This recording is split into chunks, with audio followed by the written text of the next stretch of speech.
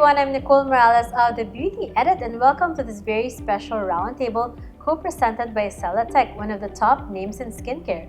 Celeteque has always championed the science-first, barrier-supporting approach, which is why it's the #1 dermatologist-recommended hydration brand in the Philippines. Today, we're talking about hydration, one of the most essential yet misunderstood parts of any skincare routine. What does it really mean to keep skin hydrated as it changes over time? We're joined today by 4 board-certified dermatologists to help break it down. Okay, so first we have Dr. Francesca C. Alvarado. Hi, Doc! Hi! Hi, Nicole. Our next guest is Dr. RJ Agbon. Alright, and then next we have Dr. Gail Robredo Vitas. And last but not least, we have, of course, Dr. Bea Chan. Hi, Doc Bea. Hello po. Wow, bakit po? There, so thank you, docs, for being here and joining us in this little get-together to talk about something very important. And I guess a lot of us are very familiar with it, which is hydration. So before that, we actually have a little icebreaker. Yes, icebreaker.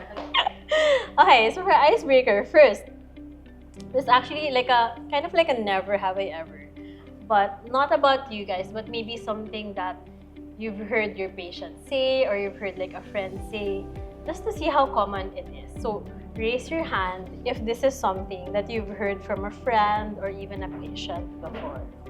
Okay, so the first statement is, I always drink a lot of water, so that should be enough for my skin, right? 3 out of 4. Yes, ako napakikirace na rin ako. No, kasi I hear that a lot. They think that if you drink a lot of water, that's enough to hydrate your skin. Next, hydration is only for people with dry skin. Yes, common. Okay, next, moisturizers break me out, so I just skip them. I think, yeah, a lot of patients would usually think that moisturizers break out. Yeah, especially acne prone. Totoo yun. Okay. If my skin feels tight, that means it's already clean. Squeaky clean, di ba? Everyone takes a squeaky clean. Okay. And then last, I already have combination skin, so I don't need moisturizer or hydrator anymore. Ish. Yeah, okay. 2 out of 3. Okay, so most of us have actually been there. And so interesting, no? It's just really so common. So it's kind of like clear up the basics. In the clinical standpoint, what's the difference between hydration and moisturization?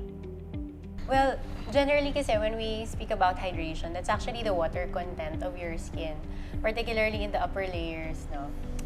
In the stratum corneum. However, with moisture, it's actually more complex because it also has something to do with the balance of water and oil and being able to retain water in the skin. So, in a way, they support each other. These two terms support each other because to be able to maintain good skin hydration, like still have good water content, kailangan then you have a good balance of water and oil on the skin, and you also have less escape of water from the skin. Anyone else want? That's a super common question. Actually, to be honest, even as a resident before, kahit ako litong-lito, parang, ano nga yun? Let's go back na to the textbook and like, try to determine what the difference really is. But I agree with Jessica.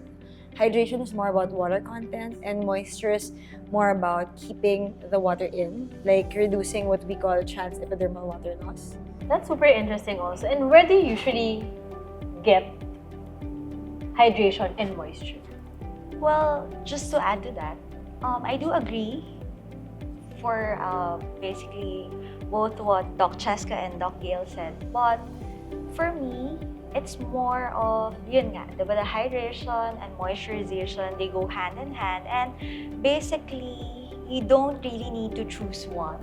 Kasi diba sometimes the patients are parang, oh, which one is more important? Hydrator or moisturizer. Diba? Can be both. Yeah, but you can actually do both. So hydrators or humectants just like what you've mentioned a while ago, they draw moisture from the environment back into the skin. So we have examples like glycerine, hyaluronic acid, and then of course, we also have moisturizers, or rather I call them as emollients kasi. Oo. So these actually form a protective seal or barrier on top of your skin Yes. to keep the moisture in. So minsan I tell my patients na if it gets a bit difficult, kasi for sure, for a regular individual, di ba parang ano na? Nakakalito talaga siya. Oo. And there are like a lot of products in the market that are labeled as hydrators, moisturizers, Yes. right? So it gets a bit confusing. So I appreciate brands that actually started labeling or categorizing them into skin types na. So there are those na for oily skin types, for combination skin types. But then again, if you have pressing skin concerns like acne or eczema, I think it's still best to consult with the derm for Yeah. proper advice and guidance. But do all skin types need hydration? Yes. I think skin in general needs Yes. hydration. Yeah. At what age usually would you think some people kasi start saying, I'm so young, I don't need it, my skin is so oily, you know. Ako, it depends, Nicola, kasi my daughter has atopic dermatitis since birth. So parang I would say that she's been using moisturizer since birth. But my son naman has normal skin. So parang we just do the regular like emollients after bathing, using gentle cleansers to keep the moisture in. So for me, it's not really age, rather like what your skin type or skin condition is at that time.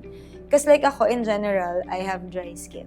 But in certain, I guess, seasons, I get oily or combination too. It also depends on the type of moisturizer that you will need. So, for example, if you're oily, you actually still need a moisturizer. However, you can choose more lighter formulations, like more gel-based na moisturizers. For example, though, if you have more dry skin, you can choose creamier textures. And minsan iba-iba pa now. So, like, a lot of products naman are formulated with both hydrators and moisturizers. So that's a good thing about it. For Doc RJ, I know that you're also studying formulations, formulas as well. So when it comes to ingredients naman, what are some of the ingredients that hydrate, some of the ingredients that moisturize? Yeah, in the context of active ingredients, there are really differences between hydration and moisture, although yun, confusing nga siya, and they are used interchangeably even by doctors, even by dermatologists. Yes. Syempre, mas confusing siya for patients, especially when there's brands involved and what they include in their formulations. But in the context of active ingredients, hydrators are the ones that attract water or bind water. So there are distinct active ingredients that are hydrators. There are distinct ingredients that are moisturizers. But there are also some ingredients that can do both. But for hydration, it's usually the hyaluronic acid, glycerin, glycerol, even panthenol, which also has a soothing effect. Those are the hydrators. But for moisturizing, these are the ingredients that seal everything in, as Nicole mentioned. So those are different kinds of molecules also that have to be included in the routine, kasi hindi enough if it's just a hydrator, because it will just evaporate. So you have to lock it in with the moisturizers. So in terms of the moisturizers, we're looking at mga ceramides. Yes, correct. Ceramides, yeah. I love those Oils, ingredients. yeah. And I specifically look for those in skincare as well. What about you guys? What do you usually tell your patients? How different is it from before? Sige, ako, Now? Nicola, kasi Yeah. ako yung pinakamatagal yung practice. So, when I started, So different, diba? Yeah, patients would just like buy or use whatever dermatologists would tell them. Pero ngayon, guys, iba na. Yeah. Diba? Parang they even sometimes challenge or question you to see if you know. Like, for example, Doc, what about this ganito? I read in ganito, ganyan. Because of, I guess, access to information, easy access to information, a lot of our consumers are now, well-read, they're well-educated, and minsan, tinuturuan pa nga nila ako, Doc, alam mo ba may bagong product ngayon? Ganun. Yeah, so I think, I appreciate it. I don't know. Kasi I learned from them also. And it's not just that. It's not just the ingredients you have to worry about. You also have to be aware of the products, di ba? Kasi pag sinabi nila, Doc, may bagong uso in Korea, there's this ganito, ganyan. And if you're not in the know, parang kakaya, di ba? Kasi ikaw yung authority supposedly, and then hindi mo alam. habits. So I would have patients naman na very particular with textures. So they would say, oh, doc, now kasi it's hot, ganyan, versus when it's more rainy or ano. For me though, very important then to know our patients' lifestyles. Lagi ba silang nasa aircon? Are they in areas where there's low humidity because you tend to lose water more and you might need different, more moisturizing ingredients. So for example, one thing is hyaluronic acid as an ingredient is very in, but I tell patients you also have to combine it with a moisturizer so that you're able to keep the water in. Otherwise, it will go to the environment. Exactly. Hindi, naging mistake ko kasi yun, Nicole, dati. Nung hindi pa ako masyadong, nung bagong derm pa lang ako, nauso yung HA, I would often apply it when I'm on the plane. Eh, di ba on the plane, super dry? And I would wonder, bakit tuyong-tuyo yung balat ko? Nag-hyaluronic acid naman ako. What happens is, instead of drawing moisture to your skin, since the air is drier, it will draw moisture out. Oh my gosh, that is so... The deeper layers. Yeah, that's a surprise actually for me too. I never knew that. Aside from the moisturizing factor of locking it in, the type of hyaluronic acid also matters because hyaluronic acid, there are higher molecular weights, there are lower molecular weight hyaluronic Low, acids. medium, high, very high. Right, correct. So there are certain products in the market now, there are brands who have combination high and low. So it goes to different levels. So if it's smaller, it penetrates deeper into the skin, so it provides a deeper moisturization effect and even can give like a more biological effect because it's deeper. It can participate in those processes. Speaking of the environment, how does living in a tropical country affect how people view hydration?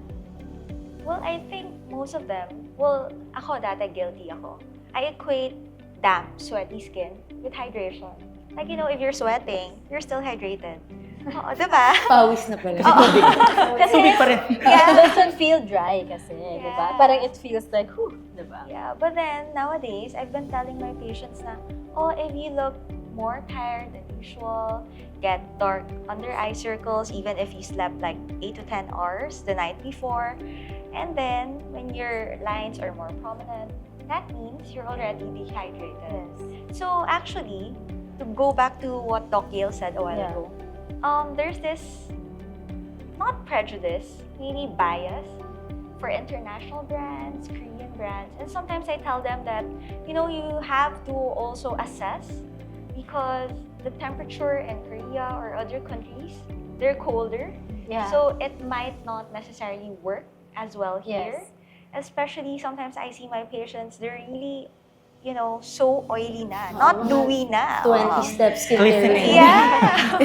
I tell yes. them, you have to also consider not just your skin type, your skin concern, but also the temperature in your Yes. country. Like simplifying also your routine. Yeah. When does it matter? Because I know I have friends who have like 20 steps, but I have friends who also have like 3, 4 steps.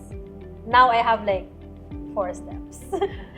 So very important yung lifestyle to simplify your routine because some people have more time in the morning or in the evening and other people don't. So always important that you have the basics covered, at least the basics covered, and then better to also consult with your board-certified dermatologist to see what other actives you can incorporate, or if you're gonna parang try to start it on your own, medyo make it a journey to find what actives work for you, do it conservatively, kumbaga a few actives at a time.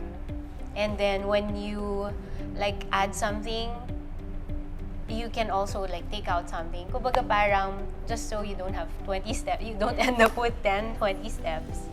Ako naman, Nicole, I always tell my patients, use skincare products that you will need at the time of the day. Kasi di ba meron kang patients na who work at night, they're awake at night, and then they're asleep in the morning. So they're like, Dok, maglalagay ba ako ng sunscreen before sleeping? Eh, matutulog lang naman ako. So, Diba? Parang for me, that's a very, very common question. So, what I tell What's them, the you answer know, to that, though? oh no, kasi, Kasi wala yeah. namang sun, right? What do sunscreens protect you from? UV Exactly. radiation. And it So, can clog pa your yeah. pores at night. Diba? And sayang, Oo, mahal pa naman sayang. sunscreen. Oo. Yeah, but yun, so parang I tell them, like for example, I give myself as an example. I walk to work every day and I get exposed to UV radiation, pollution, and everything. So I like using antioxidants.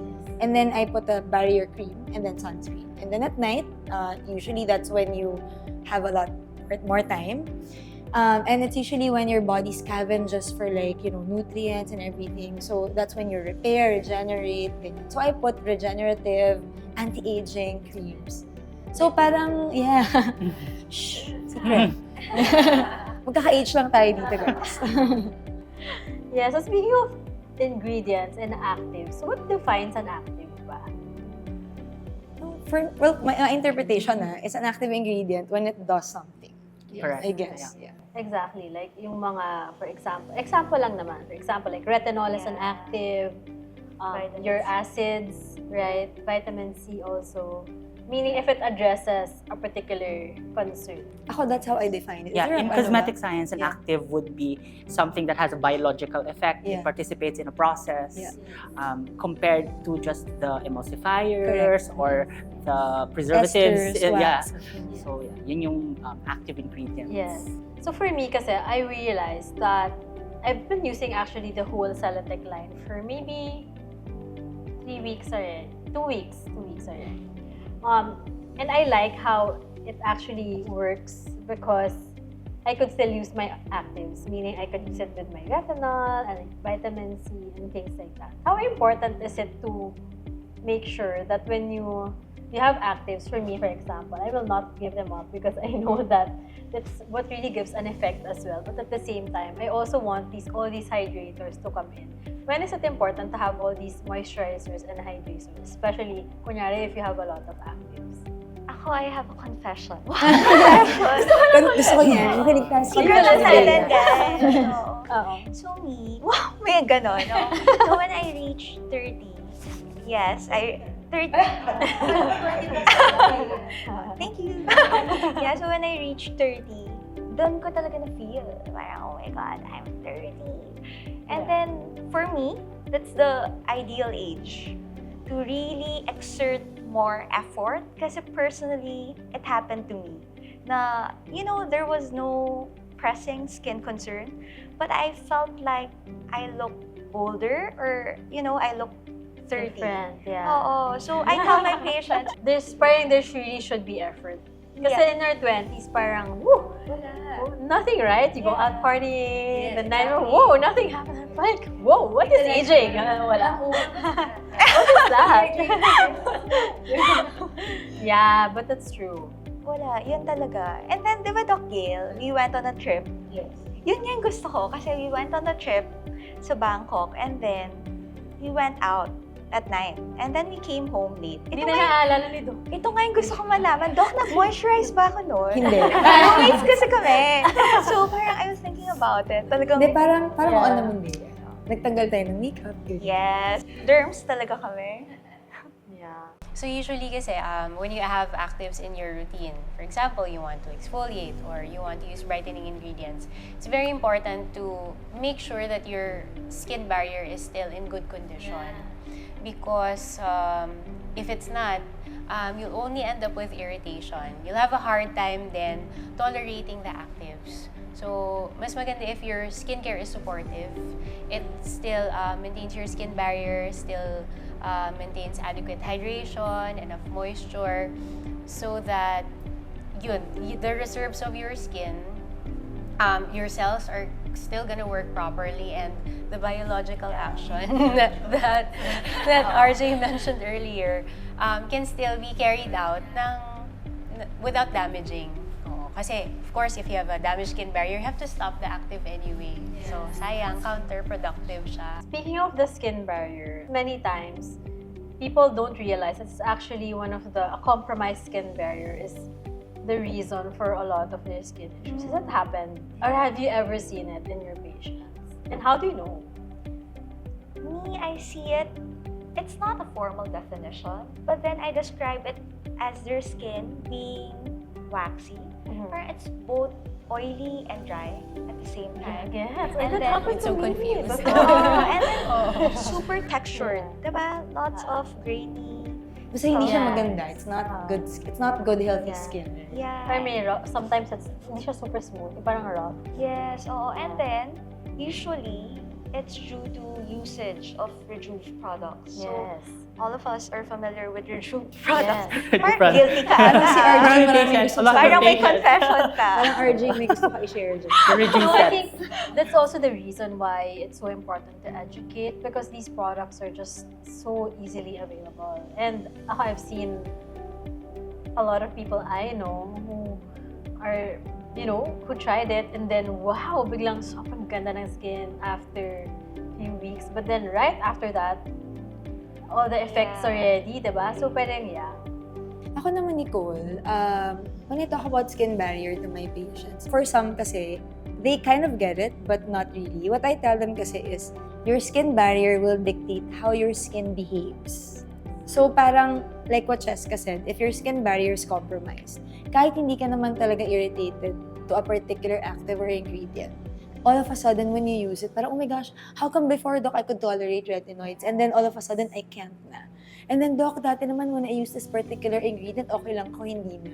And all of a sudden, feeling niya lahat allergic na siya. Yeah, even water, mahapde, everything. So that's That is so compromised. interesting, because some people think it's because of the product or the particular ingredient, but it's really sometimes just because they have to heal the barrier. Yeah. Right. Anything to add, Doc?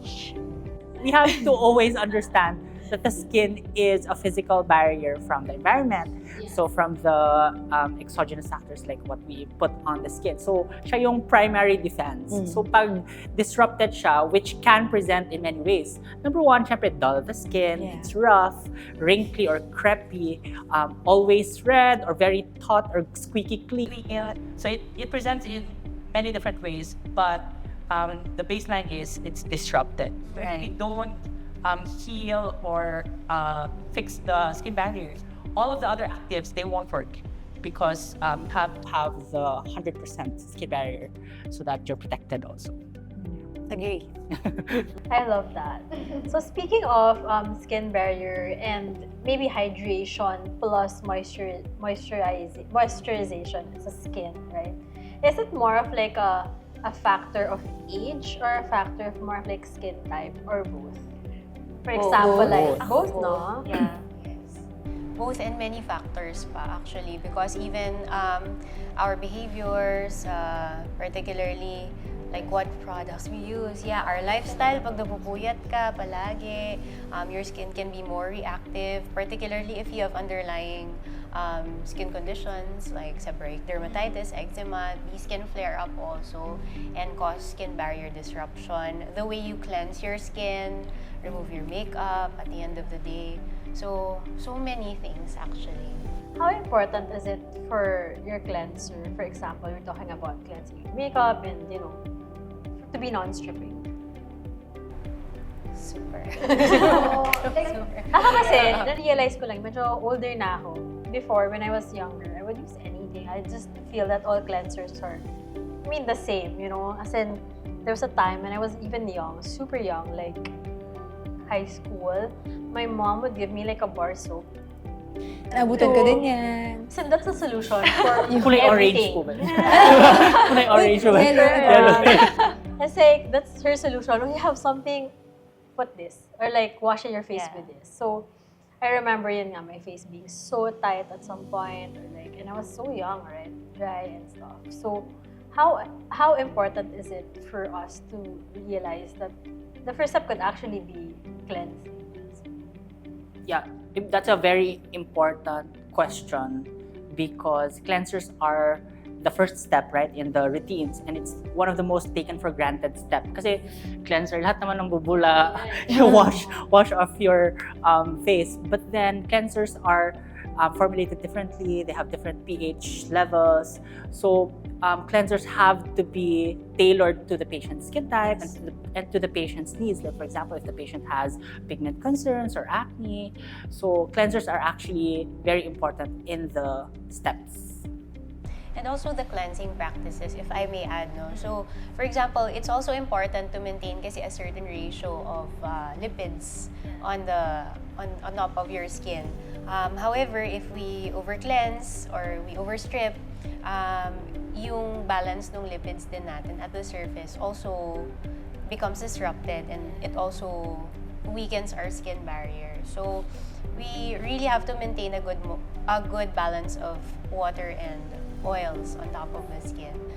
One ingredient that is actually, we have it in our skin, the natural moisturizing factor. So it's also a good ingredient, yung NMF, to add to our moisturizing routine. So after you cleanse, or if your cleanser would have moisturizing ingredients. However, with cleansers kasi and moisturizing, they get washed off. So you don't really benefit so much from the contact time of the moisturizer. So you can also moisturize with a separate product. Yeah. But at least if your cleanser it's non-drying, or like it doesn't really strip it off. So I tell my patients, you don't need to overcompensate by over-cleansing or using harsh cleansers to get a better result. I think we need to maybe communicate. And then aside from that, I guess the good thing about technology is that most cleansers nowadays, they're really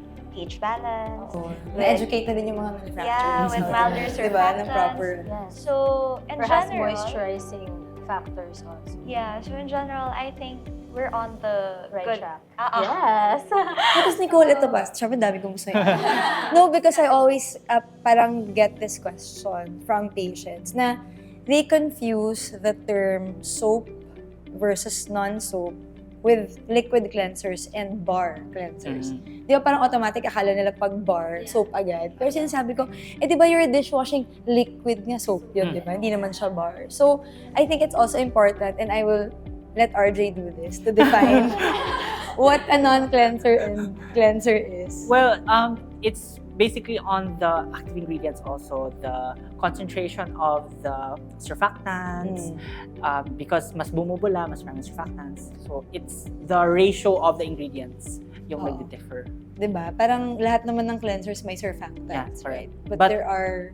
I think in the Philippine setting, ayaw nung consumers or nung patients nung cleansers or soap na hindi bumubula. Yes. They want the ones that are foamy or Yeah. bubbly, which are actually more stripping of the natural oils in. That's why it's squeaky clean, which is actually not good for the skin. Totoo yun. Gusto nga nila parang... Ayaw nila na madulas. Saka parang if they feel na it's so tight, parang, ba na today? But something's happening underneath, right? So, I guess my next topic would be about dehydration and the signs of dehydration. What usually are can you even really see it apart from the fact that you feel it? Sometimes it's dry or flaky. Is there anything that would really tell you, or any other concern usually? When the skin is dull, parang it doesn't reflect light. We know naman na we use serums and then the highlighters to make our skin glow. But then of course, when it's well hydrated, it naturally glows from within. Exactly. So if you look more tired, older than usual, most probably you're dehydrated. Yeah. Adding to the parang appearance na you look more tired or older, yung fine lines mas nakikita, and even the folds on the skin or the surface of the face. You see them more. Sometimes when you pinch the skin, it doesn't go back so fast, so quick. Pero that's usually in more loose skin na. So more mature skin.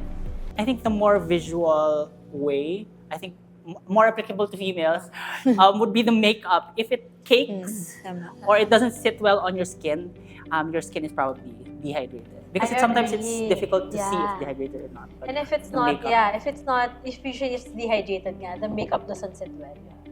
Kasi it needs moisture also. That's why a lot of people put primer, like a moisturizer. Or a That's the whole hydrating point. serum before it. Yeah. Yes, okay. So to wrap up this whole cleansing section, I would like to ask the four of you to describe your face washing style in just 3 words. Who wants to 3 start? Words. Doc, be ready. Competitive. Okay. Quick but thorough. Quick but thorough. Why 3 words? Wow. It's like a Quick. real... Wala. 3 words. Naunahan niya ako dun sa thorough. Mag-isip tuloy ako ng bago. Okay lang, you can repeat. Oh, Doc RJ. I was supposed to say thorough but calm. Yes. Thorough but calm. I love that. Polite, quick, and bubbly. Gusto ko may foam. Yes. Me also, sometimes I look for the foam also. But it could also be, a foaming cleanser. It can also be non-stripping. So, it's really about just finding the right formula. Sige ako. Moisturizing, clean, and easy. Yeah. Katamad eh. Gusto ko yung easy. Diba? Gusto ko yung easy. Yung easy. Yes. Me naman. Me. Saan ba ako? Ikaw rin. Asa mo ka ni Derm?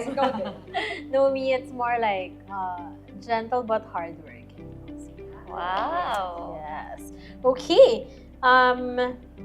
Now we talked about cleansing, which is usually the first step. We want to talk about building like a routine, which is usually naman the concern of all, diba? It's not just one step, it's some different products also. When choosing the right cleanser, do you have patients who, for example, they have skin issues before, and then what they did was just to change cleanser, and then there was an effect that they've seen? Yes. Especially those who use a lot of actives or their skin condition requires them to use multiple actives like acne. Yeah, meron ako isang patient dati. She was very fond of using oil cleansers. Kasi nauso siya eh, di ba? Parang there was a time na like oil cleanser was the hype. But she had oily acne-prone skin and she would only clean her skin with just the oil cleanser. Nagbe-breakout siya. So I told her, sabi ko, why don't you add like, if she really likes to use the oil cleansers. Sabi ko, dagdagan mo ng regular cleanser after to remove the and it worked. So, nawala na yung comedones. I think it all boils down again to the skin barrier.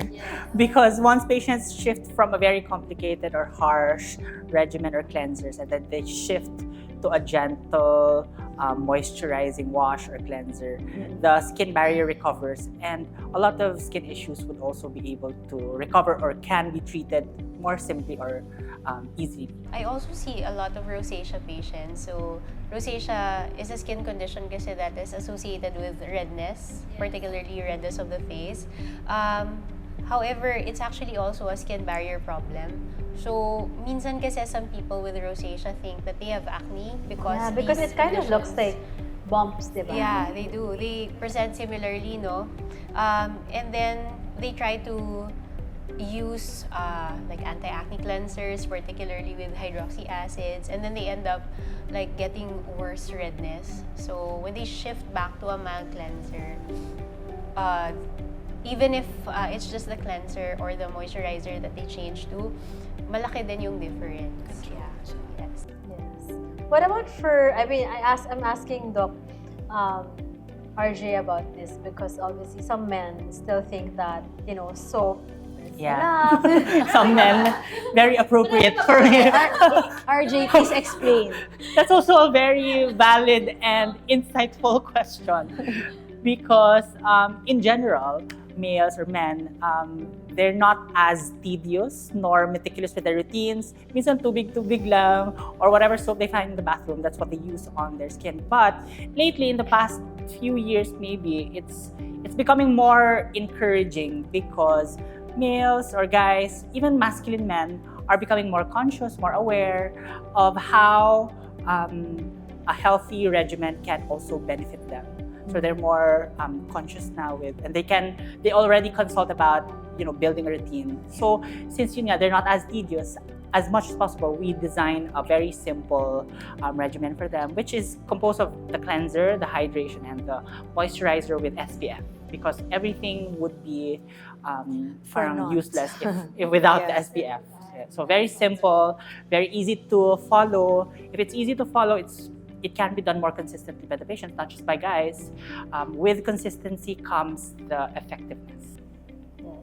For double cleansing naman, I know it's something you guys believe in it as part of a routine. Show that. Ako, Yes. sorry, ako talaga double cleanser. I know that some are like super against it, but I think meron Why siyang kaya? place.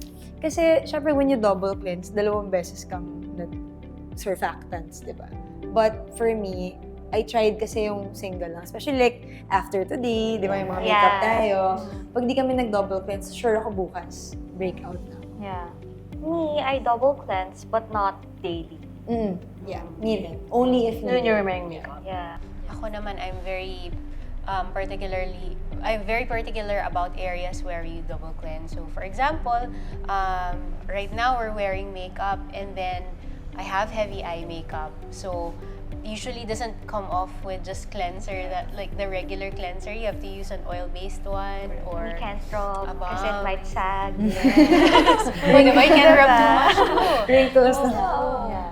And sometimes if you have leftover product, you can either break out or it can flare up your skin conditions because of irritation. So very important din. Me, I'm also an advocate of double Double cleansing. But it depends on the time of the day. Because at the end of the patient's day, like for example, if it's a day shift patient, so yung PM routine niya should involve double cleansing. The first step to remove the oil, the sunscreen, the makeup, and then the second step to cleanse the skin. So there's no specific way of doing double cleansing. It can be 2 different cleansers, but that would be a little harsh because yun nga, 2 layers of surfactants rinsed off. It will strip off the skin of its natural oils, etc. It can also be the same cleanser na mild cleanser. So cleanse 1, cleanse 2, double cleanse. But it can also be the makeup remover or micellar water, So micellar this wipes. can be, diba? Kasi Yeah. this is what I use, the micellar, actually, even the makeup removing wipes. Is that considered double cleansing? So for my patients, the first step is the micellar water or micellar wipes, and then the gentle hydrating cleanser for the end of the day. Sa start of the day, just once, just the gentle cleanser because you don't want not to over cleanse. Just to clarify what Doc Gail and I said, baka kasi ma-influence namin yung iba. So for those of you who like commute to work, of course, I think it's really essential, especially with the traffic, diba? Yeah. And then if you, like with the pollution and the dust, I think it's a daily essential to double cleanse. But me and Doc Gail, kasi nakakulong na kami sa clinic, guys. So baka it's not, well, it would really depend on one's lifestyle, I would say. Yeah. Now we're going to talk about some myths naman. I know that a lot of people get guidance from, I guess, online, whether it's TikTok or Instagram or any other social media platform. Is there anything that you've seen recently or like something that stuck to you people are doing wrong in terms of skincare? Yes, Doc Cheska. I would see before, I think this trend broke out like last year about Gen Alpha preteens exfoliating. Yun na pala tawag doon, Oo, RG. Gen Alpha. Gen Z, Gen Oo. So, nag-ano na sila, nag-use na sila ng exfoliants or they're looking into retinol for anti-aging. Tapos ako, oh my gosh, what's aging yet? Oo nga, you're still developing pa. Iba pa rin kasi, so, iba naman, I understand where they're coming from, probably trying to lessen oiliness in a way. So that's why there's the use of exfoliants. Pero if you are not guided and you're overusing it, you tend to also compromise your skin barrier. There's also this, yun nga, notion of starting anti-aging at a very, very young age. Pero, what's there to fix? Diba, there's a saying, if it broke, don't fix it. Because you'll do more harm than good.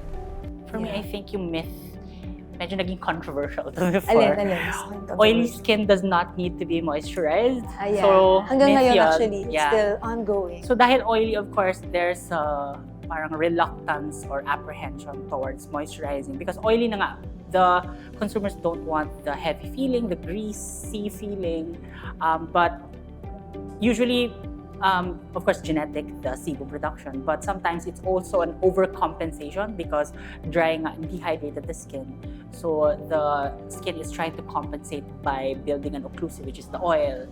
So it can be a sign that you really need to hydrate and moisturize. So yun yung one of the myths, I guess, Well, na sikat. Just to add to that, I guess it's not viral anymore, but it has been ongoing for years. The notion that harsh cleansers alone can treat acne. So of course, usage of like benzoyl peroxide or salicylic acid cleansers, they can help, but you Yeah. can't rely on them to treat your acne. So you get dissatisfied, and then you overdo it, you damage your skin barrier, and then you get more breakouts, and then you get trapped in that cycle. Yes. Talking of misconceptions again, what are some of the misconceptions about layering products? Even hydrators, or mists, or kanyan. Ano ba yung tamang pag-layer?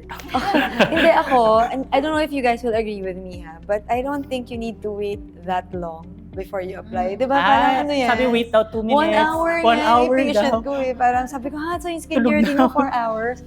Tulog na ako niyan. Nag-start siya 7, natapos siya 10. Yeah, di ba? Parang for me, I don't think you need to wait. For me, like, as long as you've evenly distributed the product, tapos wala na siyang mga tira-tirang gano'n, you can layer it na. For me. The most lightweight to the thickest, usually the Yeah. rule. Yeah. What are the steps? Cleanse, and then the hydrator, usually those with hyaluronic acid, serums or essences, and then the occlusive, the moisturizer at night. And then if you have a particular active ingredient that you need, like for example for brightening or anti-aging, that's the last step. Usually that's the like the thickest probably. And then in the morning, the sunscreen yung last. Last yung sunscreen. How important is the toner? Toner kasi is a vehicle. I think more than the toner, I think what's in it. Kasi merong hydrating toner, exfoliating toner, merong nourishing toner. So parang for me, toner is just like a vehicle. Just like your serums, your essence, your cream, your gels, your lotion. So it's not the toner per se that's important, but what's in it. So like for example, if you have oily skin, you would probably opt for a toner with active ingredient kasi hindi siya heavy. Whereas if I had, because I have dry skin, I prefer more cream-based products. But I think it's also a very Filipino thing to use toners. Oo, ako, actually, nag-toner ako. Yeah, when I was Ako rin. younger, nung high school ako, ay, kanya-kanyang generation, ano? Yeah, Wala namang year eh. Wala namang year eh. Yun na nga eh. Oo. So, parang before, if you're using a toner, parang it In girl ka. ka na. Oo, diba? Anong toner mo? Yeah, so parang it depends. But if you have the budget for it, why not? Okay. So I think we've answered so many questions in this very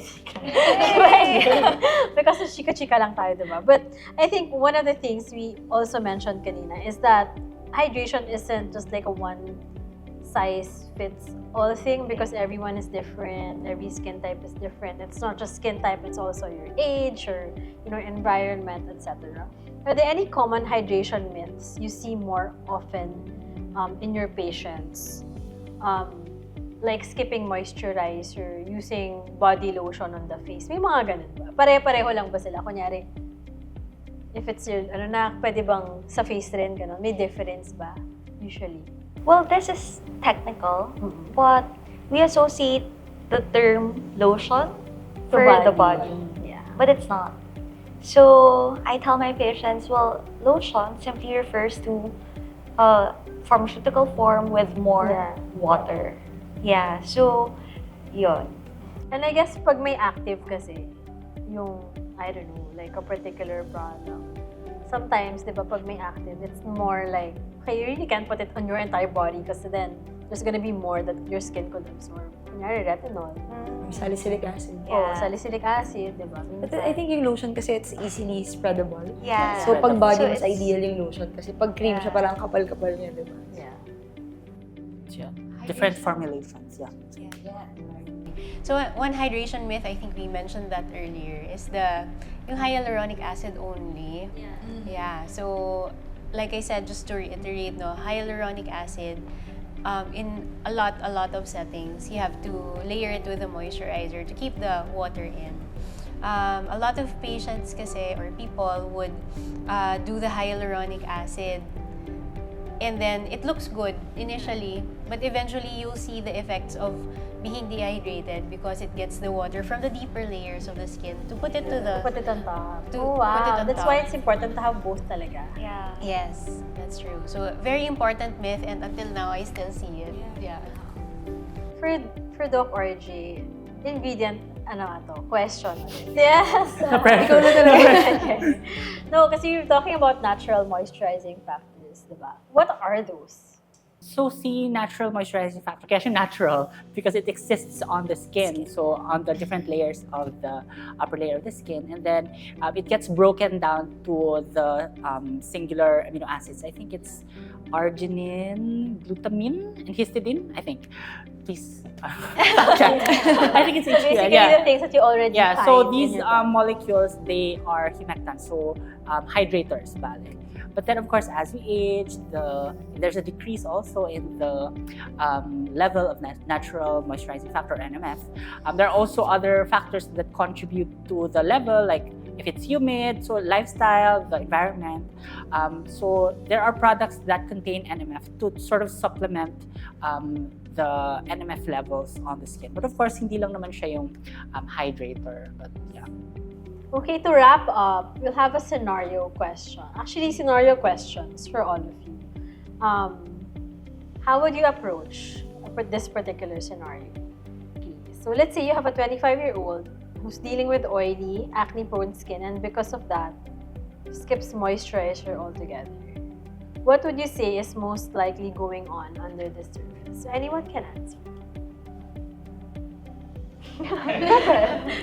Yeah, okay, it's me. Okay, go Doc. If he or she is currently using actives, that's a recipe for overexfoliation or damaged skin barrier. So aside from that, most probably he or she will be producing more oil as compensatory mechanism. So Yeah. when your skin feels dry, produces more oil. Ironically, diba? And you end up stripping it more because feeling mo you're so oily. Yeah, so you get trapped in that cycle. Tapos, papaderma ka na. Ako naman, Nicole, super totoo yan.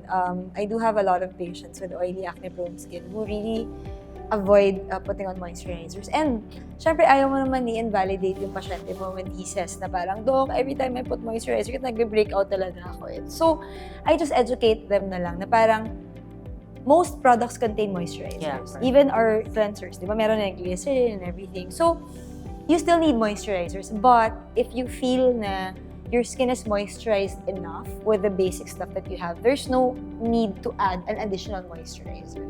So, parang ga-guide mo lang siya. Na, okay, just because parang, Doc, kasi kailangan kong mag-over-cleanse kasi pag hindi yung moisturizer. Parang ga-guide mo lang siya on like the right type of, the basic stuff, like the cleansers, moisturizers. No need to like add more. Ako naman, I will negotiate. So, I will ask them, okay, what is the reason behind not wanting to use moisturizers? And then if they say, it makes me feel oily or tacky, or they would attribute their breakouts to the use of moisturizers, feeling nila nabablock yung pores, then I will negotiate, educate them pa rin that we still need moisturizing ingredients. We still need water in our skin in general. So, I will negotiate with a lighter formulation of moisturizer so that they can tolerate their actives better. My last question would be about naman, last scenario, a 45-year-old who is very into derm treatments, regularly goes for like usuals, lasers, ganyan, but she still finds her skin dry or dull. Yeah. For me, importante yung skincare. Yun yung foundation mo. I really, all my patients, I require to apply this. Yeah. I agree. And actually, kasi as our skin matures, the activity of our oil glands definitely lessens. The number of oil glands are still the same, but the activity lessens. So, you would want to supplement that with topical moisturizers. So, our derm visits are very good. You know that. Seeing a dermatologist regularly to take care of your skin is a very good decision. However, not everyone is able to do this. It may also not be for everyone, or the level of comfort that they are with cosmetic procedures. So it's always good to have at least the basics, moisturizers. Para siyang when you go to the dentist, you still brush your teeth at home, right? So Just to add to Doc Chess, it's physiologically that your estrogen levels start to decline when you reach 25. Yeah. So you can't retain water as efficiently, so your skin becomes drier. Yeah. So like me, before I used to be oily to combination. Now there are times I'm dry to combination. Yeah, na. same. Yeah, so moisturizers are really important. They're an essential must-have, especially if you have aging skin. Ayoko sana ng term na age. Mature. Mature pala. Yeah. Okay, so I think you answered all of my questions. Any last tips or anything you want to share that I haven't asked na important sa inyo na kailangan ko sabihin, di tinanong ni Nicole? I appreciate having The discussion. conversations like this. Yeah. Kasi iba-iba tayo na experiences. Actually. We see different patients, we have different personal experiences. And sometimes when, parang when you're listening, parang, ano, tama sinabi niya, gawin ko nga yun. Yeah. And it's fun. Light lang. Yeah, and it's like just talking to A friend. friend, which is how we are most of the time. Also. Yeah. I mean, also the media, that's how we talk to our friends and readers and you guys too. Ako kami ni Doc Gail. Parang yeah. So thank you guys so much for joining us today and thank you everyone for listening in. Thank you so much to the Celeteque team for hosting this for us and the Beauty Edit. This is a very insightful partnership that we're able to bring together some of the derms that we truly admire and we couldn't have done that without you guys. So thank you. Thank you.